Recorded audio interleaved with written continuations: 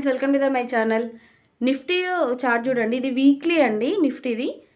ఇక్కడ ఏంటి అంటే మార్కెట్ అనేది దోజీ క్యాండిల్ క్రియేట్ అవుతున్నట్టు అనిపిస్తుంది కదా. చూడాలి, ఎందుకంటే మనకి ఇంకా 3 ట్రేడింగ్ స్టేషన్స్ ఉన్నాయి. ఈ వీక్ మనకి ఎలా క్లోజ్ అవుతుందో దాన్ని బట్టే మనము మూమెంట్ అంటే కంటిన్యూ అవ్వడానికి ఉంటుంది. డౌన్ ట్రెండా అప్ ట్రెండా అనేది క్లారిటీ వస్తుంది మనకి. ఇంకోటి ఏంటి అంటే ఈ మ్యాక్సిమం ఎప్పుడు కానీ ఒక ఫుల్ బీరిష్ కానీ లేదంటే బుల్లిష్ క్యాండిల్ పడ్డప్పుడు నెక్స్ట్ వీక్ ఏమవుతుందంటే హాఫ్ క్వాంటిటీ వరకు అయినా కూడా రికవరీ అనేది ఉంటుంది.